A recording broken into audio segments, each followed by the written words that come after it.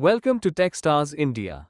For taking a virtual server backup from HyperV virtualization, first open the HyperV manager. We have one virtual server in this HyperV manager, it named as Windows 2016. And the server status is turned on. Also we can see here the CPU and memory usage of this virtual server. Currently, this server uses 1.2 GB of RAM memory.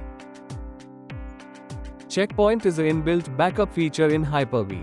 Checkpoints are used to create backups of virtual machines, capturing a complete snapshot of the virtual machine including all data, such as software, operating system, and hardware specifications. Let's see how to take backup of Windows 2016 virtual server in HyperV using Checkpoint's backup feature. Right-click on Windows 2016.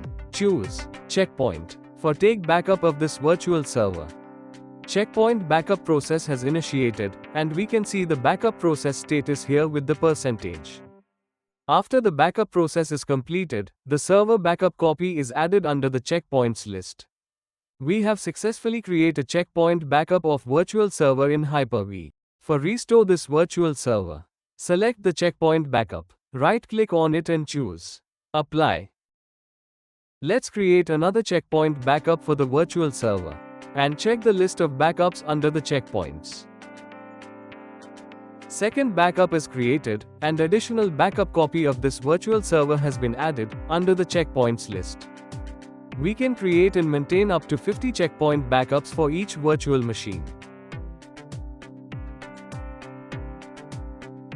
Key benefits of using checkpoint backups. It allows us to quick restore a virtual machine to a previous state. Creating checkpoints is faster than traditional backups, and the backup copy consumes less storage space.